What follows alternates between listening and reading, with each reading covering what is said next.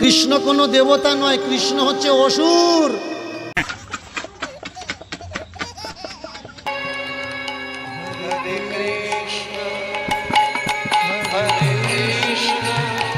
কৃষ্ণ কোনো দেবতা নয়, কৃষ্ণ হচ্ছে অসুর।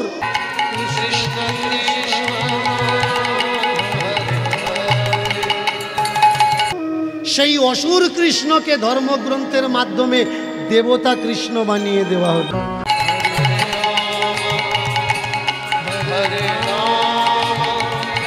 রামের অনেক স্ত্রী ছিল।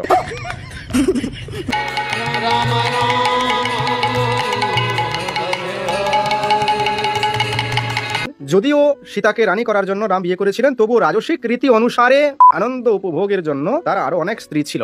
আমার চ্যাটার বাল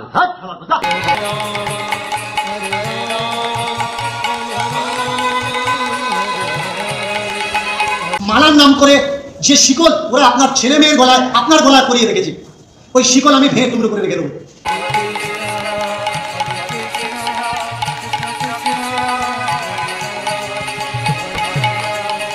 স্বর্গমত্ত বলে কিচ্ছু নেই, এটা মিথ্যা কনসেপ্ট।